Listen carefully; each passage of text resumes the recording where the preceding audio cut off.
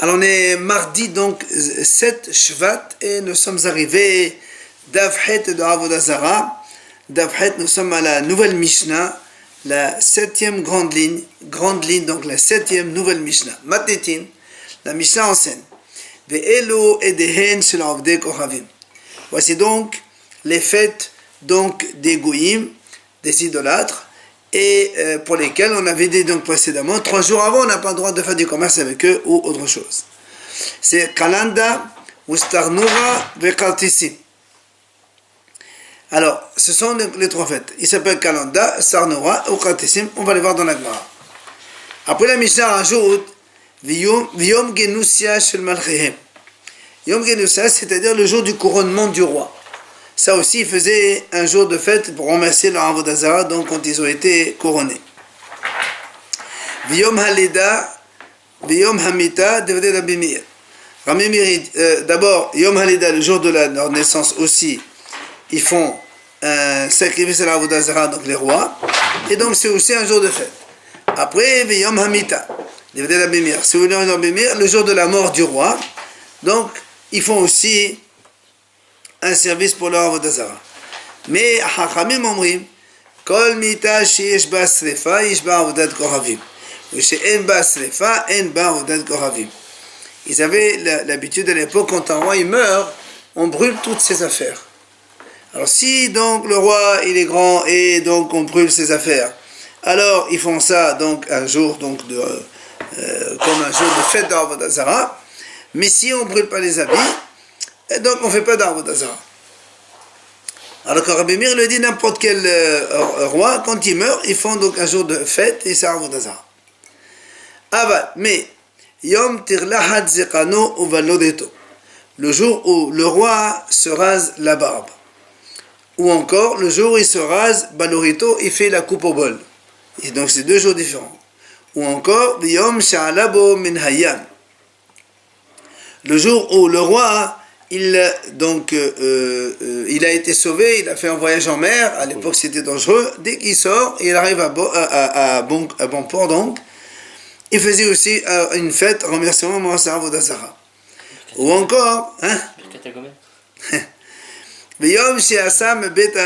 ou encore si le roi il a été emprisonné, après et donc il a été libéré, aussi il faisait un jour de fête. ועובד כוכבים שעשה משתה לפנו אינו אסור אלא אותו היום ואותו האיש בלבד. Le Mishnah continue et dit si un goy il fait mishte livno, il marie son fils, dans ces cas-là il n'est interdit pour nous les juifs de commercer avec cet homme-là que auto hayom ce jour-là et que avec cet homme-là seulement, avec tout le monde évidemment. Voilà donc la Mishnah.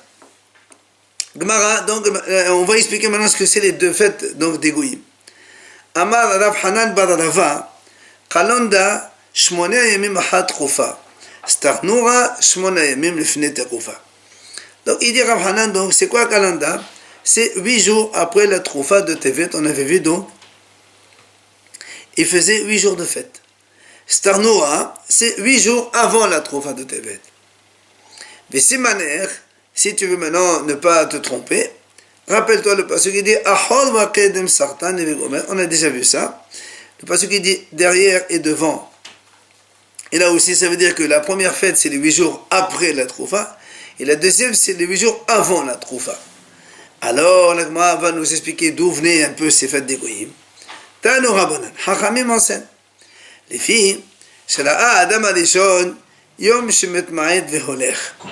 Adam Arishon, donc il a été créé le premier Tishri. Et après Tishri à Heshvan qui se lève Tevet. Quand il a été créé Adam Arishon, alors plus donc le temps passait, il voyait que la journée elle donc se raccourcissait puisque c'est l'hiver. Les journées devenaient plus courtes. Amar, Adam Arishon ne connaissait pas le déroulement de l'univers, comment ça marchait. Il a vu que la journée elle diminuait de plus en plus. Il a dit, oh il est,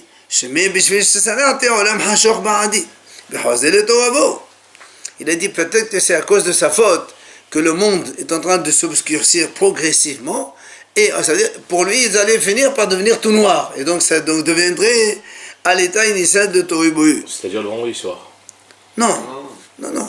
Lui, il a été créé vendredi. Oui. Shabbat, dimanche, lundi, mardi, la semaine d'après, la semaine d'après. Et chaque fois, il voit que le jour, il diminue d'un petit peu. Puisque les jours se raccourcissent, l'hiver. D'accord. Comme maintenant. Bon, maintenant, on est en train de remonter. Et donc, lui, il croyait que les jours se raccourcissaient. Et donc, ça veut dire que ça va finir par qu'il n'y a plus de jour, il n'y aura que de la nuit. Et le manteau est beau. Il a dit, alors, il a pensé que c'était ça la sanction qu'Hachem lui a dit, tu vas mourir, ben c'est ça la mort. Comme il a vu ça, il a commencé donc à prier et à jeûner pendant 8 jours. Quand il a vu la Troufat de Tevet, après donc il y a le passage donc vers la deuxième partie de la Troufat de Tevet, et là les jours ils vont au contraire donc s'élargir, donc ils deviennent de plus en plus longs. Et alors il a dit certainement il était content, il a dit ça doit être le déroulement du monde, c'est comme ça. Alors qu'est-ce qu'il a fait? Alors il a fait 8 jours de fête. Il n'a pas dit c'est grâce à ça que tu vois. Ça dépend pas de lui. Alors la Gemara a dit alors les Shana Heret, l'année d'après, il a fait ces jours-là donc des jours de fête. Aussi bien les 8 premiers jours avant la Troufa que les 8 jours après la Troufa, il les a fait donc des jours de fête. Non, bah, avant qu'il ait mangé le fruit de... Non, il a mangé déjà. Bien sûr. Alors, la Gemara dit, donc, Adam Arishon, lui, il a fait ça, les Shem Shamayim, comme on vient d'expliquer. Alors, les Goïm, eux, ils ont transformé ça en jour de fête pour la Avodah Zarah. Et si vous remarquez, ça correspond un petit peu toujours à 25 décembre, 1er janvier, 8 jours avant, 8 jours après, c'est exactement ça. Maintenant, la Gemara pose une question. Bishlama, les mains de Hamad Betishre, Nevra Haolam, Yomé Zoté Haza, Yomé Adech, Akete le Haza. La Gemara a dit ce qu'on vient de dire maintenant, on vient d'expliquer à propos d'Adam Arishon. Ça marcherait parfaitement avec la vie de Hacham qui pense que le monde a été créé à Tishri. Donc effectivement, Tishri, dès qu'on arrive, on continue les jours, c'est là on va entrer dans l'automne-hiver et les jours donc viennent de diminuer. Donc, c'est vrai que Adam Arishon n'a pas vu des jours grands, il a vu que les jours qui deviennent de plus en plus petits. Mais, là, il m'a posé une question. Elle a les mains d'Amad ben Nissan Nevra Olam, Hazali Omezotem Yomerich. On m'a dit, mais alors, celui qui dit que le monde a été créé à Nissan, c'est connu le Mahanout Rabbi Eliezer Rabbi Yoshua. Celui qui dit que le monde a été créé à Nissan. Donc, si Adam a été créé premier Nissan, alors il a vécu tout Nissan. Il a vu, donc d'abord Nissan, Iyar, c'est des journées qui étaient petites. Après, Sivan, Tammuz, Av, les journées sont très grandes. L'été, les journées sont grandes. Après, il a déjà vu des journées courtes et des journées grandes. Alors, même si après il voit des journées courtes, il ne va pas dire que c'est le monde qui va partir. Il a déjà vu que c'est comme ça. Alors, donc, toute cette explication n'a plus lieu d'être. Alors, comment il explique ça, lui? Alors, la Gemara dit quand même,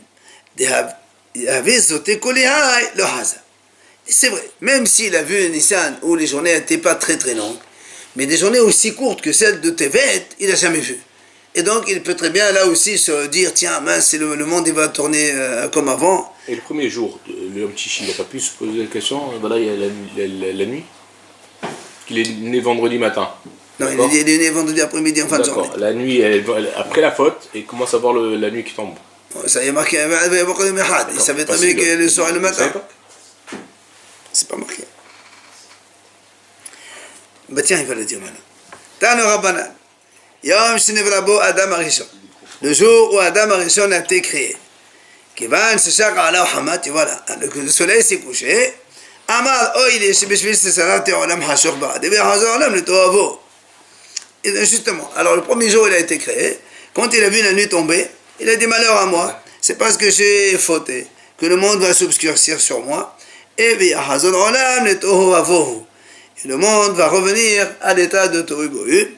Vezohi mitash naqnesa alem min hashamayim. Et c'est ça la mort qui a été donc décrétée contre moi. Alors qu'est-ce qu'il a fait cette nuit-là? Donc le vendredi soir. Il était, donc il a jeûné ce soir-là. Il pleurait toute la nuit. Et sa femme Hava en face de lui aussi, elle pleurait toute la nuit. Voilà, au Shabbat. Quand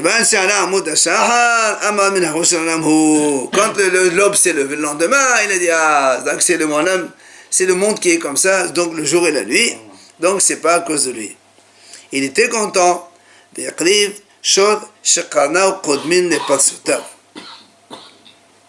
Il a offert en sacrifice, donc ce jour-là, un taureau. Ça veut dire que les cornes donc de ce taureau, ils étaient avant les parsota, ces plantes. Ça veut dire quoi? Ça veut dire que normalement, quand un taureau il est petit, il est avec 4 pattes, il grandit, après les cornes ils sortent. Mais comme Hachem a créé le monde, il a créé le taureau déjà avec ses cornes.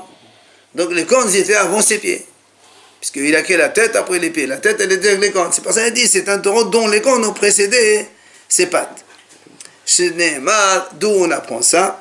Le passage qui dit Vitetav l'Adonai mishol par makrin mafris. C'est ce que le passage qui dit comme ça. Dans tes livres, donc c'est marqué. Adam Rishon n'était pas juif italien. Non, plutôt. Ah. Non, on a dit que Hachem lui a interdit de faire la shrita des animaux. Mais c'est un animal mouré, il pourrait très bien manger.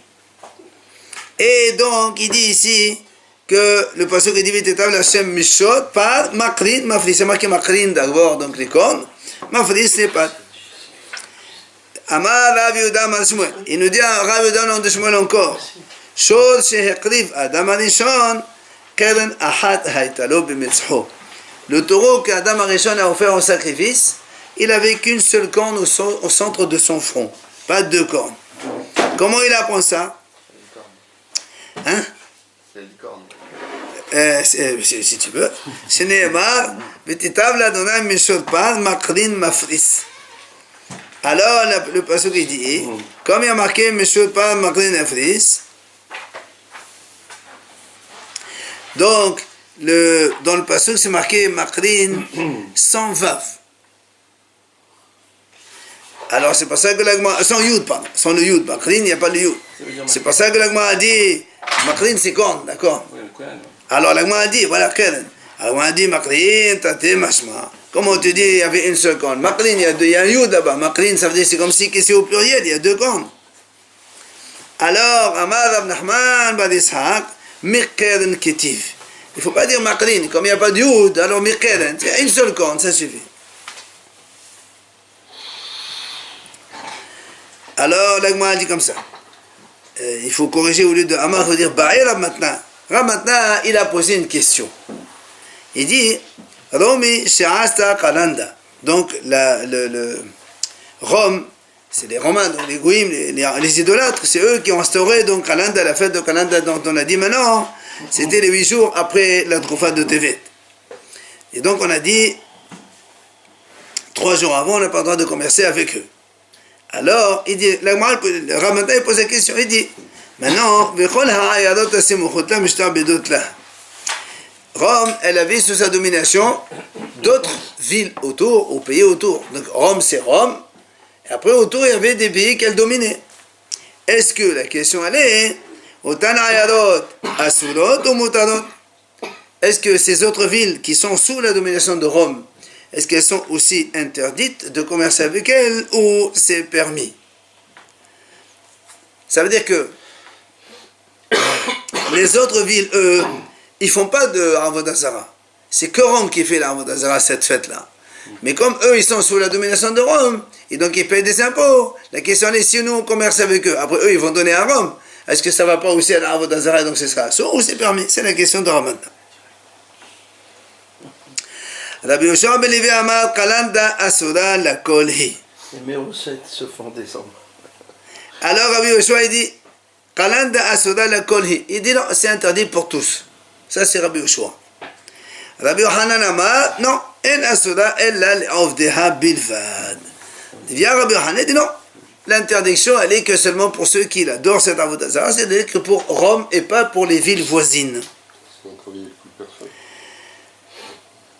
Tana Kevate de Rabbi Yohanan. Donc, on ramène ici une braïta comme Rabbi Yohanan, qui a dit, donc la braïta a dit, Afalpi she'amru Romi asta kalanda. בכל העיילות הסמוכות המשתעבדות לה, היא עצמה אינה אסורה, אלא לעובדיה בלבד. On a dit donc, bien qu'on a dit que Rome elle a instauré cette fête de Kananda, et toutes les villes qui sont à côté d'elle, proches, elles sont soumises donc à sa domination, et donc elles payent des impôts.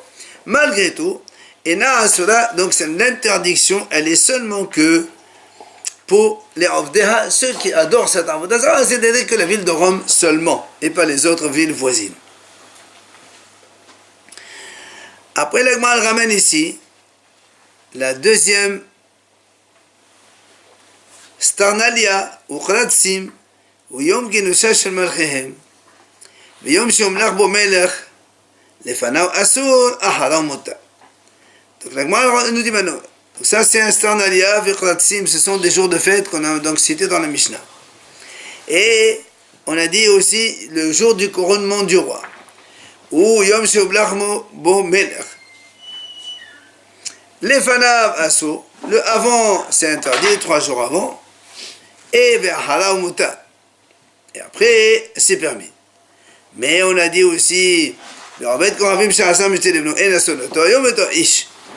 a dit aussi dans la Mishnah, donc, il a prêté la ramène qu'un goy qui fait marier son fils, c'est assourd de commercer que le jour du mariage et qu'avec cet homme-là seulement et pas avec les autres.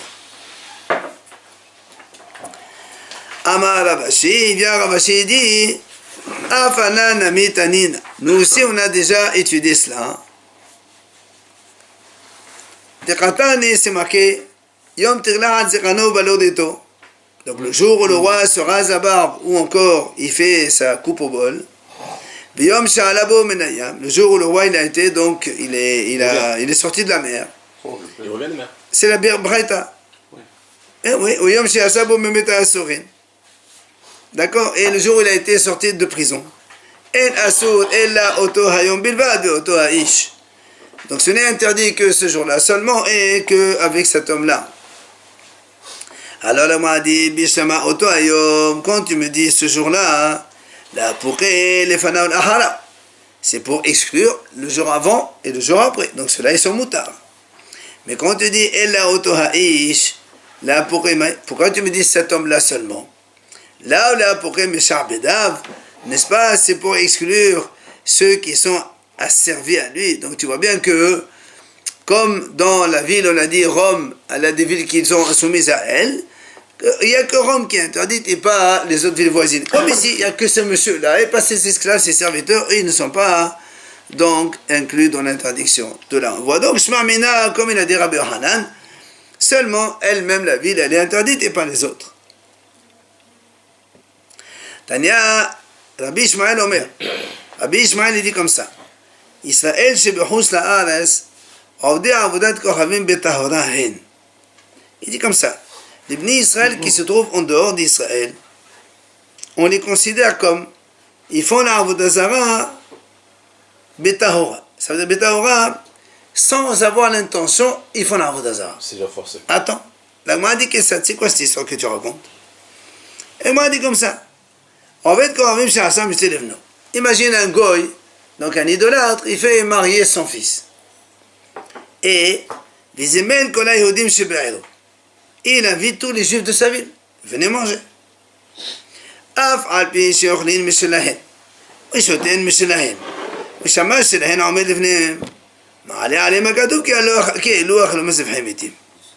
M'a dit, même si, quand il invite les juifs à son mariage, ce goy idolâtre, donc il leur met donc des tables à part, de la nourriture cachère à part, un mashgiach à part, et donc tout est cachère. Il dit, la Torah considère comme c'est que ces juifs-là, ils ont mangé des korbanot et de la avodah zara des morts. Pourquoi? Parce que la Torah dit, La Torah a dit là-bas, attention, on n'a pas le droit d'aller dans les festins des goïms. Le pasuk qui dit, attention de ne pas donc contracter alliance avec les habitants de la terre, les goïms donc, qui vont eux d'après les idolâtries. Et ton ici t'appelle pour aller manger de son sacrifice. Donc même Vekara Lecha, déjà, tu te fais inviter, c'est déjà assaut. Alors la Gemara a dit, hein, Ce qui passait à l'époque d'Amégatester. par exemple, alors la Gemara dit, qui t'a dit que l'interdiction c'est de se faire inviter? Peut-être que l'interdiction c'est quand on mange dans sa sérouda. Mais le fait d'aller là-bas et manger kasher, qui t'a dit que c'est assaut? Non, mais là, tu dis le fait d'être déjà invité. Non, d'aller à l'invitation. l'invitation. On ne peut pas interdire les autres. Non, c'est d'aller à l'invitation. Alors le Wadi qui te dit peut-être que c'est seulement quand on a mangé que le passeau qui parle là-bas. Amarava, imken, si c'est comme ça, ni makra ve'achalta mizivro. Ma ve'kala lecha, mishat kadea. Parce que la Torah dit ve'kala lecha ve'achalta mizivro. Pourquoi la Torah dit il t'appelle? La Torah dit ve'achalta mizivro, l'interdiction c'est de manger. Et comme il y a marqué dans la Torah ve'kala lecha, il t'appelle donc il t'invite. Dès que tu vas à l'invitation, déjà c'est interdit. Car la Gemara conclut. C'est pour cela. Kol Tlatin Yomin. Tous les 30 jours après le mariage donc de fils de cet idolâtre, de ce goy, si il invite un juif chez lui pour manger, il mange kasher, hein? Ben amal le mehamat elula ou ben lo amal le mehamat elula assou. Qui lui disent viens, je t'invite pour faire honneur à mon fils qui s'est marié. Quand on est dans les 30 jours après le mariage, c'est assourd d'aller. Et même s'il ne lui dit pas pour le mariage de son fils, il invite 30 jours après le mariage de son fils, c'est assourd d'aller. Par contre, ben on a dit, puisque il y a marqué 30 jours. On est encore dans le mariage, on va dire comme ça. Mais quand va est là, au-delà de 30 jours, si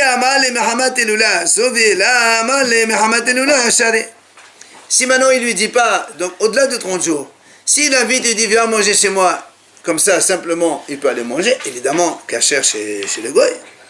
Mais s'il lui dit viens pour le mariage, pour faire kavod d'honneur à mon fils qui s'est marié il y a 2 mois ici, là même après donc 30 jours il n'a pas le droit d'y aller.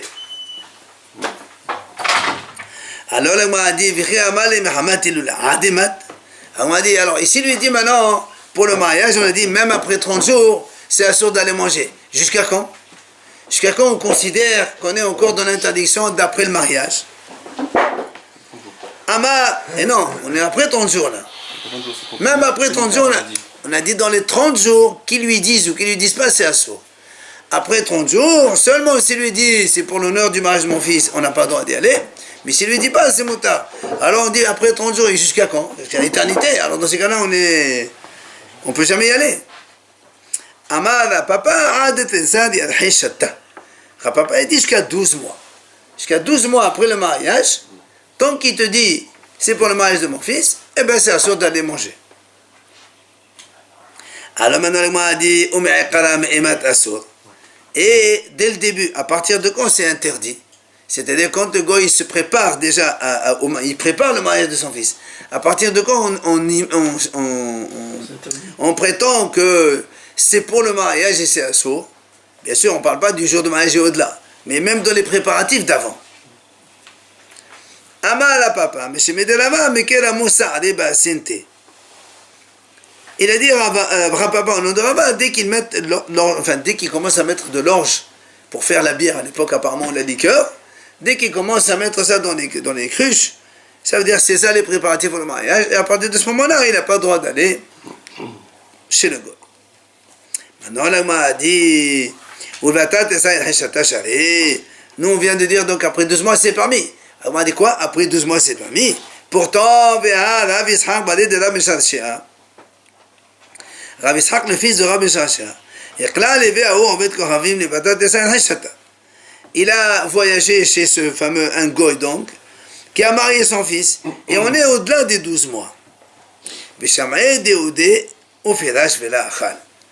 Et Rav Yitzhak, il a entendu ce goy, comme quoi il remerciait sa avodah zara, il était content, comme quoi voilà, j'ai le Rav des Juifs ici chez moi, pour l'honneur de mon fils, alors qu'on est bien au-delà des 12 mois. Et pourtant, il y a marqué là-bas, et Rav Yitzhak, il n'a pas mangé. Il remercie sa Vodazara. Oui, mais on est après 12 mois. Mais il remercie la Vodazara. Mais dans tous les cas, il remercie Avodazara, le goy, il remercie Avodazara. Ah, il dit non. Ça, c'est parce que Rav Yitzhak, c'est le rabbin, c'est le rav des Juifs. Alors, le goy, il est fier que le rav, il est venu manger chez lui. Là, même après 12 mois, c'est assourd. Pour les hommes normaux, après 12 mois, c'est terminé. Mais lui, comme il est très content parce que le rav, il a daigné venir donc chez lui, alors c'est assourd. Mais qu'est-ce qu'on a dit tout à l'heure, la bêta aura, ça veut dire quoi là? C'est ça. Israël Shabbat, Ça veut dire on se laisse, on va à l'invitation, on croit que c'est mouta, alors qu'en fait c'est assourd. On t'a dit voilà, on est au Rel Mizero, ça veut dire on mange à Avodazara. Le rav, il va manger chez lui, c'est le goy. Non, il mange caché à l'invitation du goy. C'est comme si le goy il lui marie son fils, il te fait une pièce à part pour toi et les amis les juifs pour manger caché. On n'a pas le droit d'aller non plus. C'est comme si on mange à Avodazara. Après on a dit au Khalatsim, ça c'est la troisième fête qu'on a citée, Khalatsim. Alors on a dit, mais Khalatsim, c'est quoi cette Khalatsim là? Amar Rav Yehuda Amar Shemuel, Yom Shetav Sabo Romi Malchut. Il dit c'est le jour où l'empire de Rome, on va dire comme ça, ils ont pris le pouvoir. C'était le moment où ils ont battu les Grecs. Avant il y avait les Yavanim. Après c'est les Romains qui ont donc pris le dessus. Oui, oui. Alors, la Gemara pose une question, elle dit comment tu dis que c'est le jour où Rome a pris le pouvoir? Pourtant, il y a une braïta qui dit comme ça, dans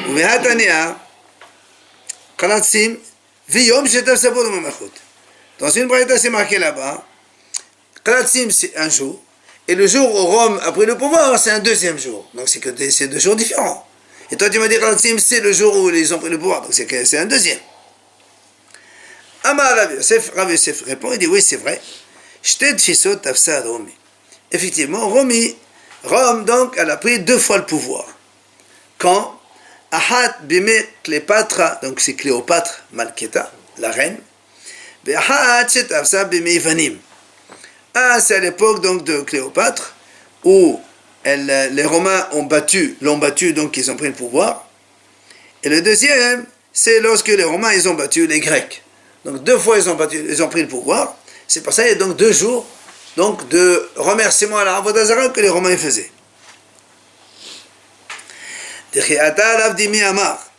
Quand il est venu à Rav Dimi, il a dit la chose suivante. Il a dit il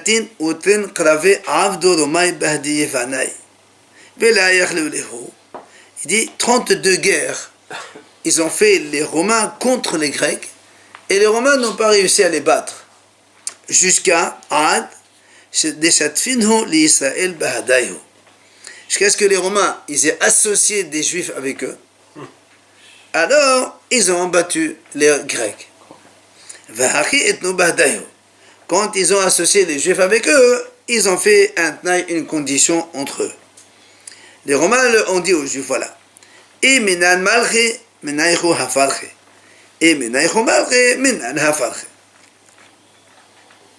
ils ont dit comme ça, si on nomme un roi de chez nous, les ministres, ce sera de chez vous. Donc si le roi est des Romains, les ministres, ça va être des Juifs. Et si le roi est des Juifs, alors les ministres, ce sera des Romains. C'était le pacte pour aller en guerre ensemble et donc combattre les Yavanim.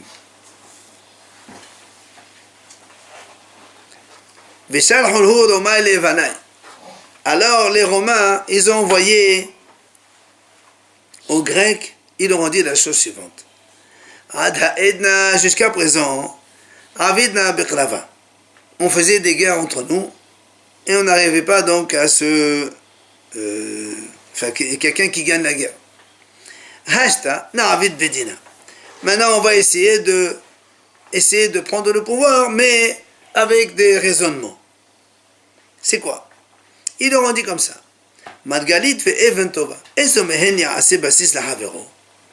Quand on a Margalit, c'est une pierre précieuse. Eventova, c'est aussi une pierre précieuse. Seulement, Eventova, eux, ils ont posé la question. Quand on a une pierre précieuse qui s'appelle Margalit et une autre qui s'appelle Eventova, qui va être support de qui? Alors, ils lui ont dit, les Grecs, ils ont répondu, Sharhulhu, Margalit, les Eventova. C'est la pierre précieuse, la Margalit, on va dire comme ça, c'est moins important que la Even Tova. Donc c'est un qui va servir de support. Vous savez, quand on met le creux et on met le chaton, je sais pas ce qu'on dit là, un truc comme ça. Donc ça on va voir la suite. Even Tova ve'anach. Là aussi, ça s'appelle Shoham Rachid a dit, je crois, on offre chaque carte bancale. Je sais pas ce que c'est, ceux qui connaissent. Quand on a donc cette pierre précieuse, et une autre pierre meilleure, plus précieuse, évidemment, toujours la pierre moins précieuse, elle sert de support à la pierre précieuse, c'est comme ça. Enar ve Sefer Torah. Ezomehene asebase sahavero. Enar le Sefer Torah. Après, ils leur ont posé les Romains aux Grecs. Quand on a une pierre précieuse qui s'appelle Anar, et on a un Sefer Torah, qui c'est qui est le support de qui? Les Grecs, ils leur ont répondu, le Anar est le support pour le Sefer Torah. Donc le Sefer Torah, pour eux, c'était quelque chose du plus important. Alors, Shalhulhu. Alors les Romains, ils ont dit aux Grecs, Imken, si c'est comme ça, Anan, Sefer Torah, Gaban, B'Israël, Bahadan. Ils leur ont dit, puisque c'est comme ça, nous on a les Juifs avec nous, donc on a le Sefer Torah avec nous, donc c'est nous qui serons évidemment au-dessus. Et c'est comme ça que Kafulhu, les Grecs se sont donc laissés dominer par les Romains par ce raisonnement. La Gemara continue à dire,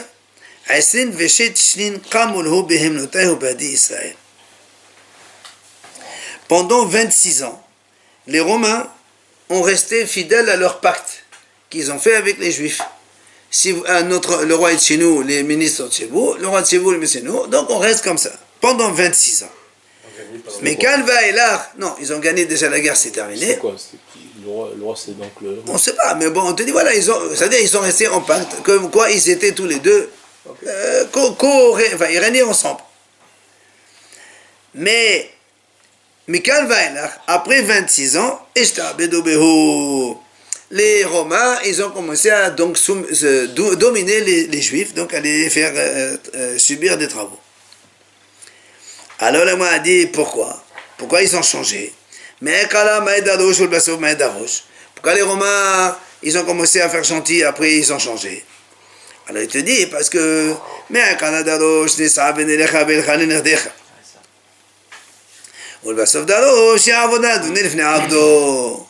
il dit parce que eux, ils ont vu dans la Torah, c'est marqué au début, Esav il a dit à Yaakov, on vient en voyager ensemble. Alors ils ont dit eux aussi, Romains, c'est Esav il a dit Israël, on reste ensemble. Mais après, quand ils ont vu que Yaakov, il lui a répondu à Esav, il lui a dit non, il lui a dit, Yavona a donné le Fneavdo, passe-toi d'abord. Ah, ils ont dit c'est comme ça, alors nous on va d'abord. Alors les Romains, ils ont pris le dessus. Ils ont mis 26 ans pour comprendre. Alors là, on a dit, on a dit, quand on a dit maintenant que pendant 26 ans, ils sont restés donc dans le pacte d'alliance entre eux, d'où on a pris ça? Alors il lui dit, il a dit Rav Kahana, quand Rabbi Ishmael Bar Yossi est tombé malade, les Hachamim lui ont envoyé, Rabbi, notre maître,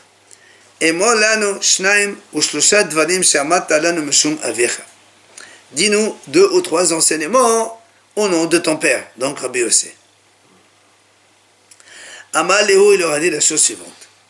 מאה ושמונים שנה קודם שנחרב הבית, פשטה מלכות הרשע על ישראל. Il a dit 180 ans avant la destruction du Beth Amikdash, Pashta Malchut Hadesha. Les Romains ont pris le dessus sur Israël. Donc 180 ans déjà avant la destruction. 80 שנה עד לא חרב הבית, גזו טומאה על עשר העמים ועל כלי זכוכית. 80 ans avant la destruction de Beth Amikdash, les Hachamim ont décrété donc Tum'a al Samim, c'est-à-dire tout celui qui sort en dehors d'Israël, il est considéré comme impur. Et Kli Zchokit aussi, les Hachamim ont décidé que les ustensiles en verre prennent la Tum'a. Donc ils ont compris apparemment un. On parle du premier Beth Amikdash. Deuxième Beth Amikdash. Il y avait 70 ans. Qu'est-ce que entre le premier et le deuxième, il y avait 70 ans. Quel rapport? Le deuxième Beth Amikdash, il est resté 420 ans. Tu parles pas de l'exil, on parle pas de l'exil. Et on est dans le Beth Amikdash et on est dominé par les goyim. Le deuxième Beth Amikdash, on est dominé et en même temps on a le Beth Amikdash.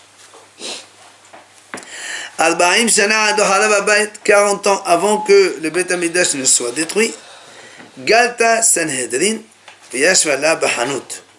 Le grand tribunal rabbinique de 71 juges, il s'est exilé de Beth Amikdash, alors que normalement il siège dans l'Ishkat Agazit au Beth Amikdash. Ils ont déménagé de là-bas, ils sont allés s'installer à Hanout. C'est une ville, il s'appelle comme ça Hanout. Non, pas du tout. Il s'appelle Hanout, c'est tout. Je ne peux pas anticiper. Alors le Mahdi, les Mahir Khita, à quoi ça sert? Pourquoi ils se sont déplacés? Dans un magasin. Amar Rabbi Ishaq ben Avdi Milomar, Shelodanu Dinik Nasot. Ils se sont déplacés de là-bas, pourquoi? C'est pour nous dire qu'ils n'ont pas fait des Dinik Nasot. Dinik Nasot, c'est-à-dire donc tout ce qui est jugement avec des sanctions qu'on appelle des amendes que la Torah donne. C'est-à-dire des amendes, donc, pardonnez, le paiement double, ou bien celui qui viole une fille paye 50 pièces, 100 pièces, ou bien le rêve. Toutes les choses que la Torah elle a données comme ça, c'est Dinik Nasot, on appelle ça. Et c'est pour dire qu'eux, ils n'ont pas fait Dinik Nasot. Alors le m'a dit, comment tu dis? Dinik Nasot. Alors il faut savoir une chose déjà, que normalement, Dinik Nasot, il n'y a que les rabbanim qui sont nismachim qui peuvent les faire. C'est-à-dire ceux qui ont reçu la smicha de leur maître, qui ont été donc nommés Rav, eux ils peuvent Dinik Nasot, les autres non. Alors eux ils sont partis là-bas, ils disent pour ne pas faire Dinik Nasot. La Gemara dit pourquoi Dinik Nasot c'est Akada. C'est-à-dire comment tu peux dire une telle chose? Pourtant, Veha Amar Rav Yuda Amar Rav. Il a dit Rav Yuda au nom de Rabbi Ram, Zachour Otah Ishetov. Ce Hacham là, il doit être mentionné pour le bien. Si c'est ce Hacham, Rabbi Yehuda ben Bava Shemo. Il s'appelle Rabbi Yehuda ben Bava. Qu'est-ce qu'il a? Car sans lui, on aurait oublié les dinim concernant les sanctions donc avec des amendes d'Israël. Pourquoi? Alors le m'a dit d'abord, les gars, si on les a oubliés, on n'a qu'à les enseigner. Quel est ton problème? Il dit non, d'Israël. C'est parce que s'il n'y avait pas lui, on ne pourra plus juger et faire des jugements avec des amendes en Israël. Pourquoi? Parce que chez Gaza, Malchut, Adasha, Gzera, les Romains, ils ont décrété à l'époque que Kol HaSomer Yaharer, V'chal Nismach Yaharer, V'ya'is Somreba Teharev, V'trom Somrebo Yaharer. Les Romains, ils ont dit comme ça, tout Rav qui fait diplômer un autre Rav, on le tue à lui et celui qui a été diplômé. Et la ville dans laquelle on a fait cela, on va détruire toute la ville. Et le Troum, c'est-à-dire donc la limite de la ville d'où on a fait cela, et après on va arracher tout ça. Donc du coup, les Bnei Israël ne pouvaient plus, les rabbanim, ne donner de smicha à d'autres élèves pour les nommer des rabbanim. Ma'asa la Yehuda ben Bava, qu'est-ce qu'il a fait sur Hacham là? Halak ve'yashav be'shnei harim gedolim. Il s'est mis entre deux grosses montagnes. Ou ben shtei ayadot gedolot, et entre deux grandes villes. Ben shnei tchumei Shabbat, entre deux tchum de Shabbat, pour donc, ne pas être le tchum de l'un ni de l'autre. C'était entre Ben Ushal et Shfaram, c'était deux villes. Et Samar Sham Hamisha Zkinim. Et là-bas, il a diplômé 5 Chachamim d'Israël. C'est qui ces 5? Rabbi Meir, Rabbi Yehuda, Rabbi Yosef, Rabbi Shimon, Rabbi Elazar ben Shamoua. Les 5 donc Chachamim qu'il a lui-même diplômés. Velav Avia Mosif Avre Ben Nehemia. Et Rav Avia qui rajoute même Ben Nehemia. Donc ça fait 6. Mais quand les Romains se sont rendus compte de la chose, ils sont venus évidemment pour les tuer. Alors lui, Rabbi Yehuda ben Bava, il leur a dit à ses élèves-là, à ceux-là, courez vite, fuyez. Et toi, qu'est-ce que tu vas devenir? Il leur a dit, moi je suis vieux, j'ai pas la force de courir, et pour en faire de moi ce qu'ils veulent, c'est pas un problème. Amr, lo zazu misham, ad shena'asu ligoho 300 lo linéaot shel barzel. Ils n'ont pas bougé de là-bas jusqu'à ce que les goïms l'ont transpercé de 300 flèches ou épées, ou ce que vous voulez, lances. Bah, ça ou les gofos, voilà. Ils ont transformé son corps comme un tamis. Donc, qu'est-ce qu'on voit ici? Que même après, puisque Rabbi Yehuda ben Bava, il a donc donné la sphira à ses 5 ou 6 hachamim, donc on pouvait encore faire les dîners knasot. Comment toi tu dis 80 ans ou 40 ans avant le Sanhedrin, il n'y avait plus, donc on ne pouvait plus faire dîner knasot? C'est pas possible. Alors Amar Rav Nachman, Bad Yitzhak, donc il répond, il dit non, là t'es dîner knasot, et là chez le Danu, dîner nefashot. Il dit non, quand le grand tribunal s'est exilé, c'est pas pour ne pas juger des dinim donc knasot, mais c'est pas pour ne pas juger des dinim nefashot, c'est-à-dire pour ne pas condamner à mort les hommes. L'Agma dit pourquoi Maïtama?